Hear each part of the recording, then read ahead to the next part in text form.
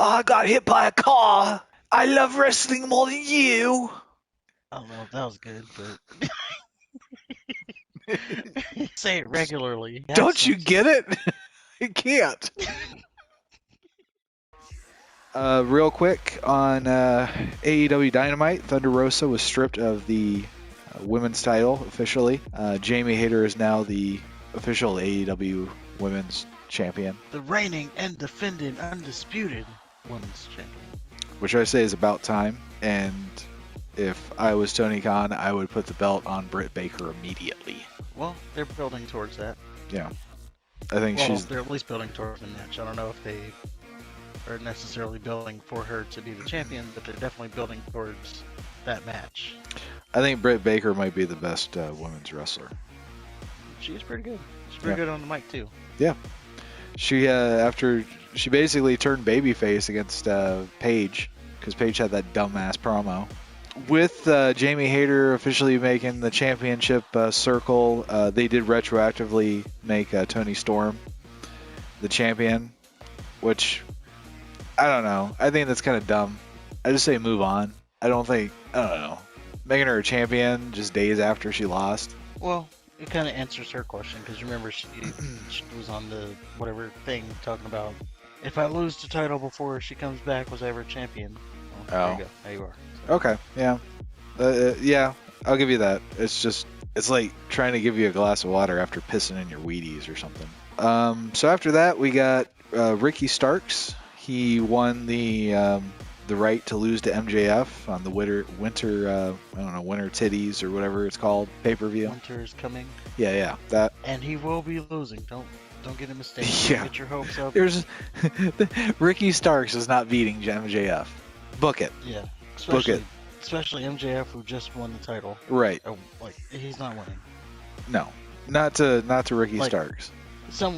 A lot of people even question why they have her in this tournament at all, because you always knew who before it was Ricky Starks. Like when the tournament got announced, it was like, well, we already know whoever wins this tournament is not winning the title.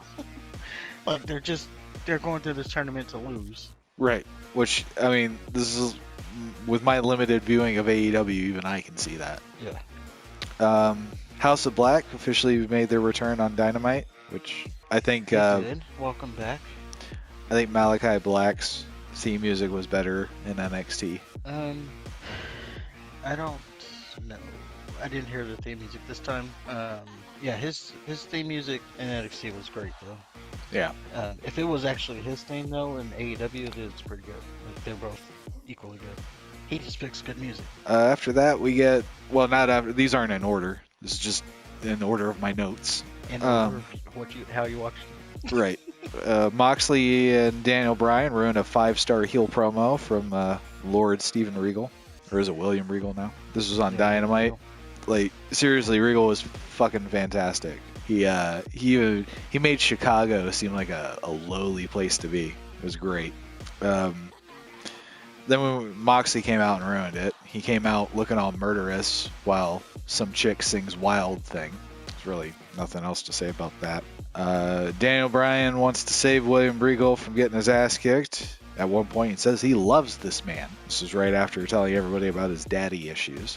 Enough said about that. Anything to add?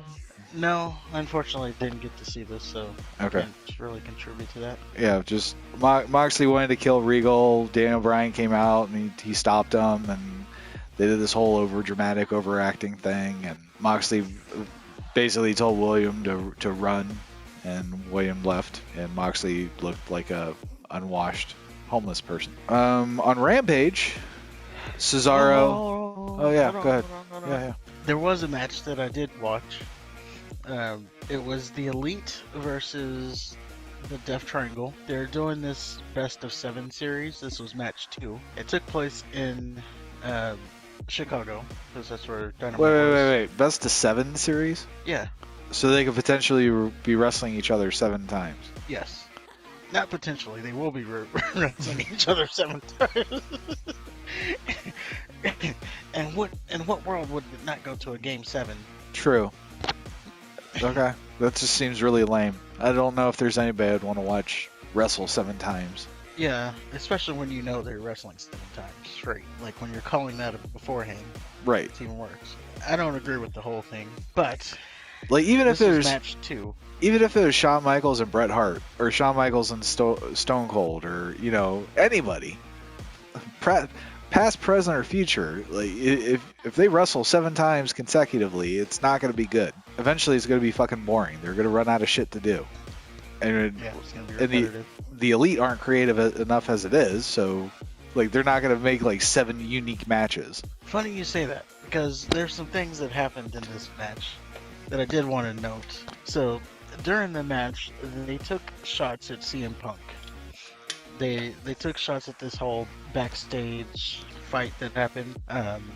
Which is funny because had- nobody is allowed to say anything about it. Yeah, and it's even funnier when we talk about the news stories, because it contradicts the whole thing, unless it doesn't.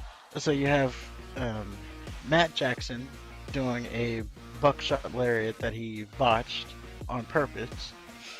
That's a callback to CM Punk botching the buckshot lariat during his match. No. He botched 2 buckshot lariats. Oh yeah, he botched 2 buckshot lariats. Like if he fucked up the one, I think he would have got a pass for it, but he did it twice, and basically did the same move. Yeah. So you had that reference. You had Kenny Omega biting Pac's arm. So that was funny in itself. That's a reference to Paige still biting Kenny Omega. That was Ace Steel, not Page Steel. Yeah, sure. It was also funny. I don't know why I said Paige Steel. I guess I do know why. I don't either. I don't even know who Page Steel is. I don't either. Okay. It's not a person. It was also funny because so that was another little call out, and then finally we have Kenny Omega hitting a go to sleep. So this all happened in the match. Jeff Triangle wins the match, but I think more newsworthy were those spots that were a direct shot essentially at CM Punk. What I think that was saying was they've smoothed this over, and CM Punk may be coming back to the company, in a sense, as smooth as it can be. Okay. But well, I guess we'll see what happens. I just think it's funny that you got the quote unquote CEO of the entire company. I don't want to talk about it. It doesn't serve me. I don't want to talk about things with people in it. And then you got, are they still EVPs? they are. God. Yeah. So you have the EVPs just publicly taking shots at a former employee. That's what made me think it's a work. Right. Unless it's not a work, and if it's not a work, then They're just fucking retarded. At least what they were saying on Twitter, Punk was right.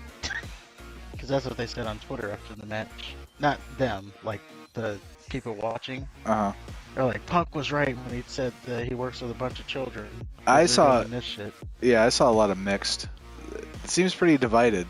Like there's Team Punk and Team Jokers. Yeah. I don't know.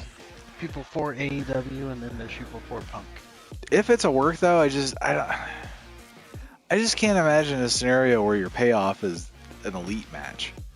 A CM Punk versus Kenny Omega match?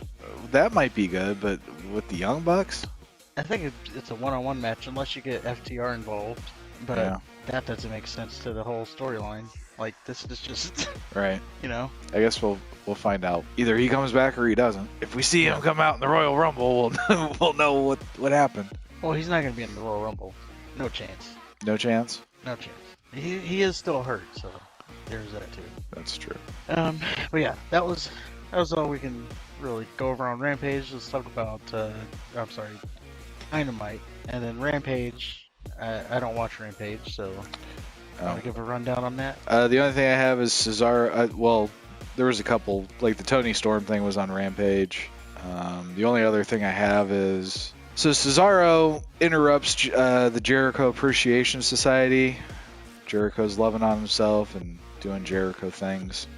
Says he can't sleep since their last match, and he knows he can beat him, and blah, blah, blah, blah. Jericho's little greasy buddy says, I got a great idea. You were a good sports entertainer.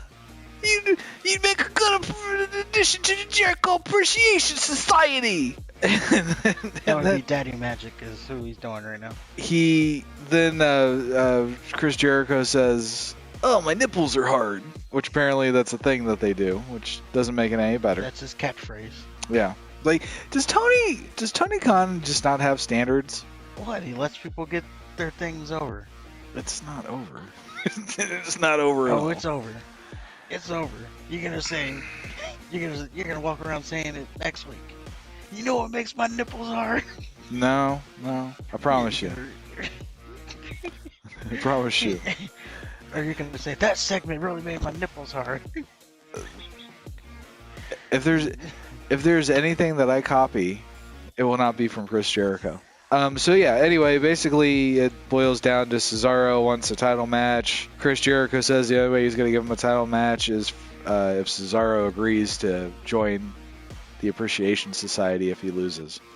So that tells me that Cesaro is going to join the JAS because we already have an MJF opponent scheduled. So I don't see Chris Jericho losing that title anytime soon. Yeah. So that will be the end of the Blackpool Combat Club for sure. So there's that. Yeah, well, it Which is wasn't good because Moxley he was supposed to be on vacation a long time ago, and so then you're just gonna have and he's probably going on vacation, so you're just gonna have Wheeler Yuta and Daniel Bryan left, Bryan Danielson, sorry. So there you go. The group's pretty much over. I guess you could say it was over when Regal did what he did, but it's official now. Yeah, but that's all I have with Dynamite. I will say that I did catch some of the FTR match with, I forget who they wrestled. It's not important. FTR is great. I think we need less Hardly Boys and more FTR. I truly thought with all of my heart that WWE had the worst commentary in all of television. That's until I saw clips of Dynamite and Rampage. My God, their commentary is awful. You don't like, who? Who don't you like on it? All of them. They don't mesh well. Even JR sounds awful. Well, he's had his issues. That's fine. He can have his issues and stuff, He only but does the end of the show anyway. he's still speaking to the public, and unfortunately, he's not cutting the mustard anymore. Taz is awful. I don't even know who the other people were. Taz is fucking phony as shit. Well, I take them over Kevin Patrick any day. Oh, what are you gonna say about Terry? Golly, his stupid accent. You know what? I wouldn't take any of them. That's not even a, because, Sheamus has an accent. I think he's from the same place. He doesn't sound bad. Yeah. He doesn't say Terry.